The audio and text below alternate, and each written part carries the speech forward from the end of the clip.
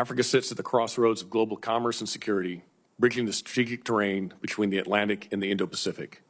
It's the world's supplier of critical minerals for advanced defense system and home to 12 of the world's 20 fastest growing economies. By 2050, it will account for a third of the global working age population. Today, the epicenter of global terrorism is in Africa. ISIS leadership is African. Al-Qaeda's economic engine is in Africa. Both of these groups share the will and intent to strike our homeland. Their affiliates, once isolated nodes, now show increased connectivity. Just as concerning is the nexus between Al-Qaeda's Al-Shabaab and the Iranian-sponsored Houthis. AFRICOM is prioritizing willing and capable partners.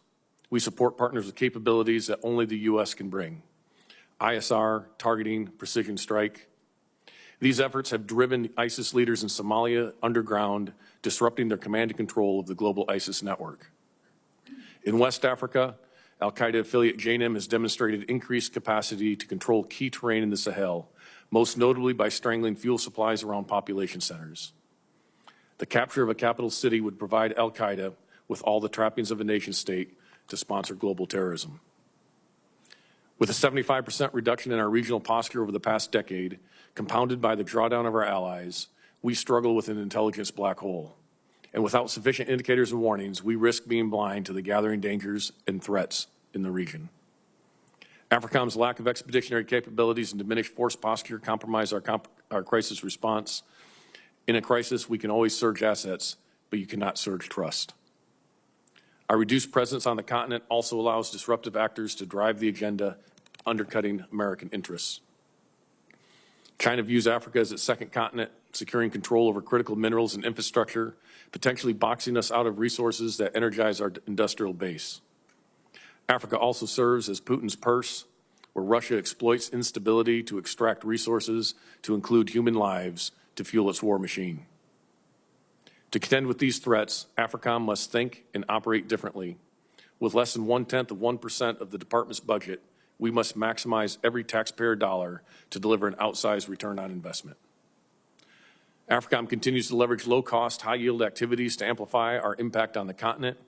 Programs like the International Military Education and Training and the State Partnership Program are reliable force multipliers that forge enduring relationships with African militaries and are proven models for cost-effective burden sharing.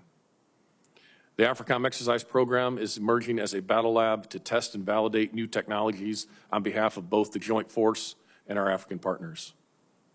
And finally, AFRICOM is focused on the critical convergence of security and economics. Our efforts span all elements of national power as we coordinate closely with state, commerce, energy, and treasury. The department's new economic defense unit has been an invaluable partner. To defend the homeland and promote U.S. interests and ensure effective crisis response, AFRICOM needs targeted investments in layered, non-traditional ISR, innovative force protection, programs that are able to enable willing and capable partners, the opportunity to conduct experimentation of emerging technologies, and the ability to respond to crisis at the time and point of need. Africa is a continent of opportunities, not only crises.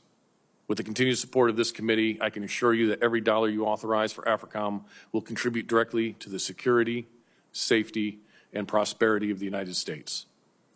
Thank you. I look forward to your questions.